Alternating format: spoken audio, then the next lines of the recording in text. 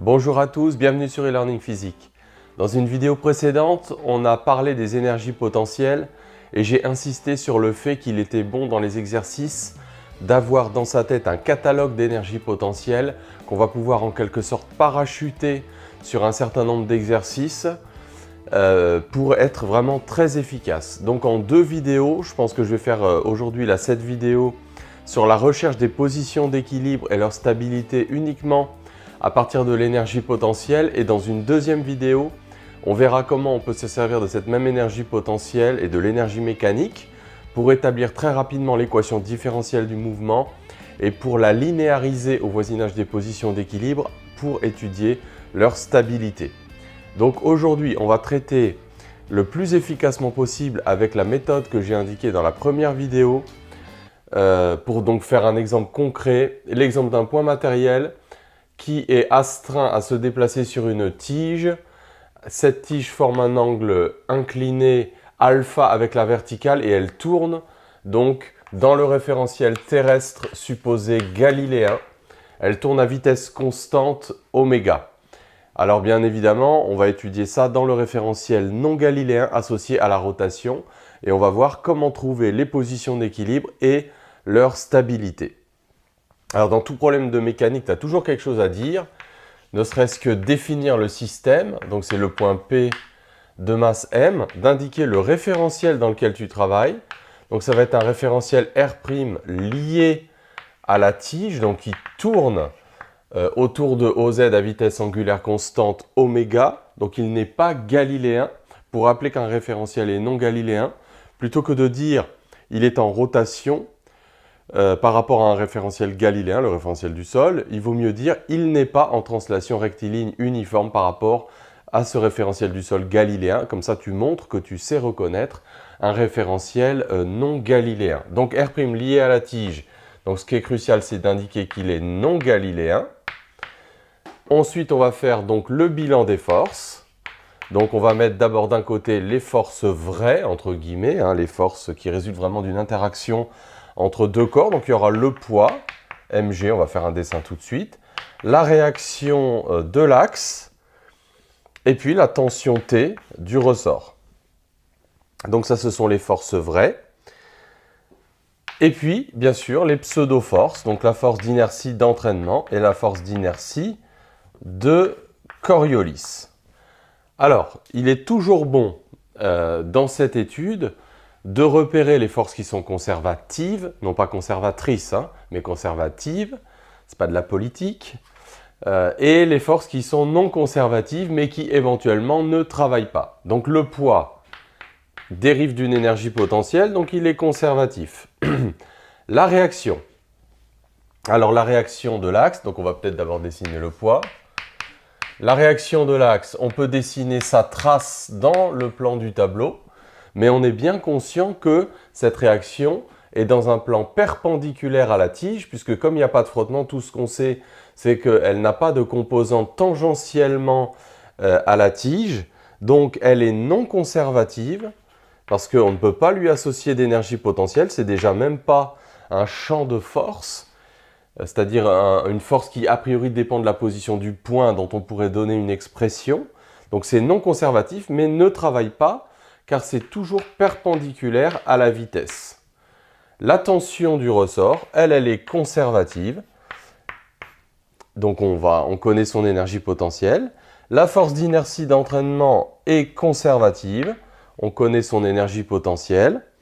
La force d'inertie de Coriolis est non conservative, comme toutes les forces qui font apparaître la vitesse du point matériel, comme par exemple la force de Lorentz, QV vectoriel B, c'est la vitesse, ce n'est pas un champ de force. La force ne dépend pas que de la position du point, mais de sa vitesse. Donc cette force, la force de Coriolis, est non conservative, mais on va voir qu'elle ne travaille pas non plus, parce qu'elle fait intervenir un produit vectoriel dans lequel il y a la vitesse de P dans le référentiel R', donc elle ne travaillera pas non plus. Donc du coup, on se retrouve avec trois forces conservatives qui travaillent et deux forces non conservatives qui ne travaillent pas. Et donc, on va pouvoir faire une étude énergétique pour trouver les positions d'équilibre.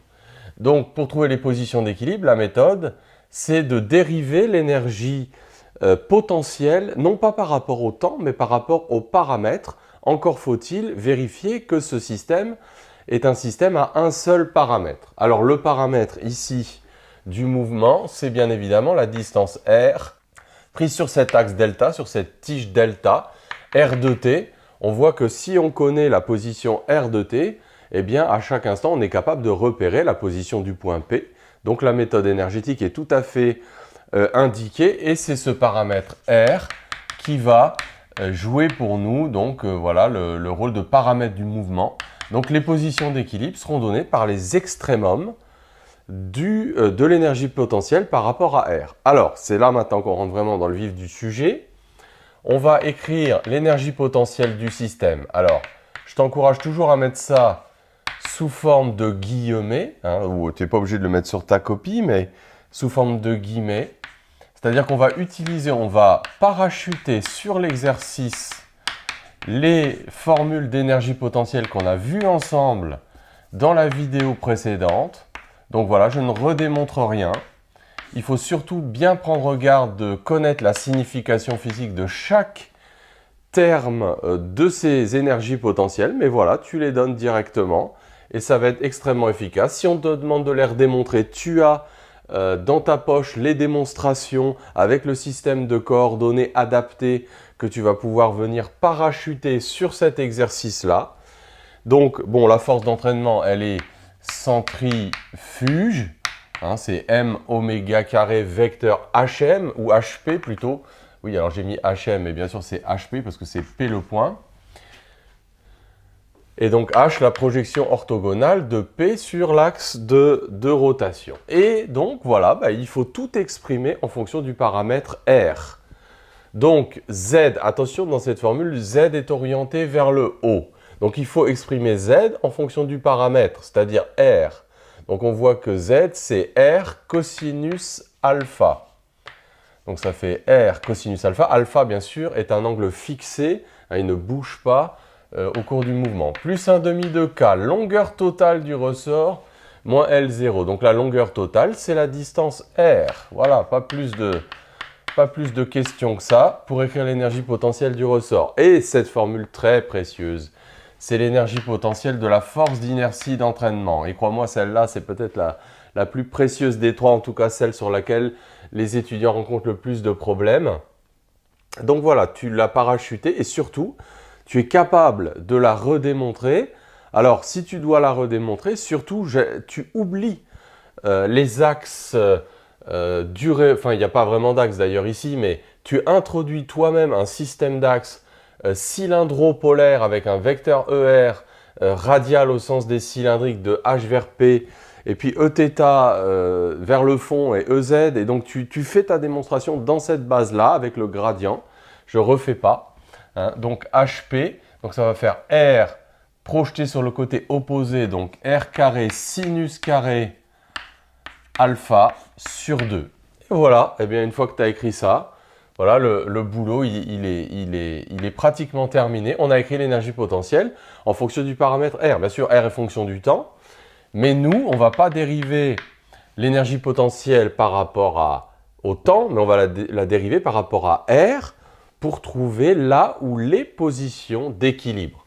Donc allez, je vais faire ça ici. Donc ça va faire mg cosinus alpha plus donc 2 sur 2 dérivée des fonctions composées k r moins L0. Attention, il n'y a pas de R point, hein, puisqu'il n'y a pas de dérivée des fonctions composées. On dérive par rapport à R. Et puis, donc, moins m oméga carré, donc R sinus alpha sur 2. Et non, il y avait 2, donc là, le demi se simplifie également.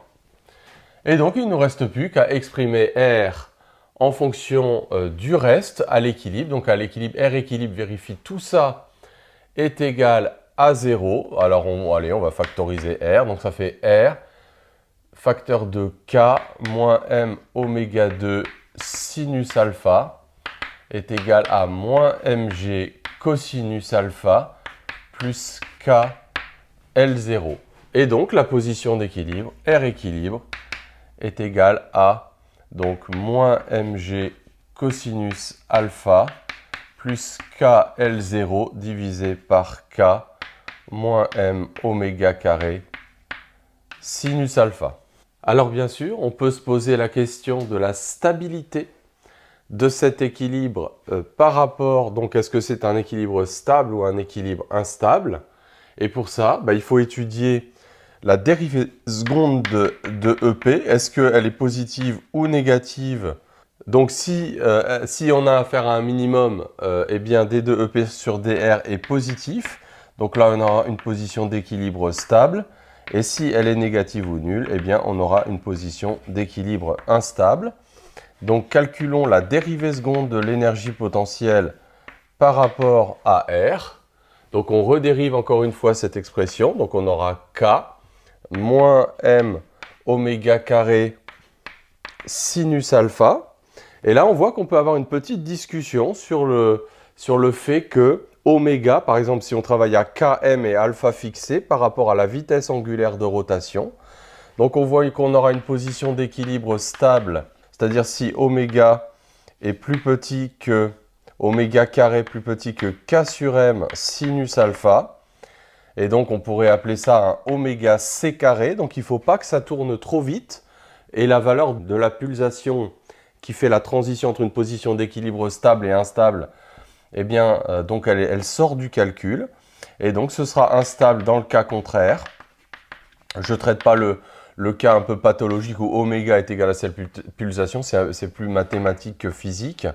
Donc oméga carré oméga plus grand que oméga c. À ce moment-là, cette dérivée est négative et donc on a une position d'équilibre instable. Bon, alors surtout ce qu'il faut retenir dans cet exercice, voilà, c'est la première partie. Repérer le paramètre duquel dépend le mouvement, additionner les énergies potentielles en parachutant directement les formules de ton cours, tout en étant, bien sûr, encore une fois, capable de les redémontrer dans le système d'axe que tu choisiras pour le faire et qui sera bien adapté. Et puis, donc voilà, ici, dériver l'énergie potentielle par rapport aux paramètres pour trouver là où les positions d'équilibre et étudier leur éventuelle stabilité en dérivant non pas par rapport au temps, mais par rapport aux paramètres. Voilà. Dans la prochaine vidéo, on va regarder comment trouver l'expression de l'équation différentielle du mouvement et puis retrouver la stabilité ou l'instabilité à l'aide de l'énergie mécanique et d'une linéarisation de l'équation différentielle du mouvement au voisinage de la position d'équilibre. À bientôt.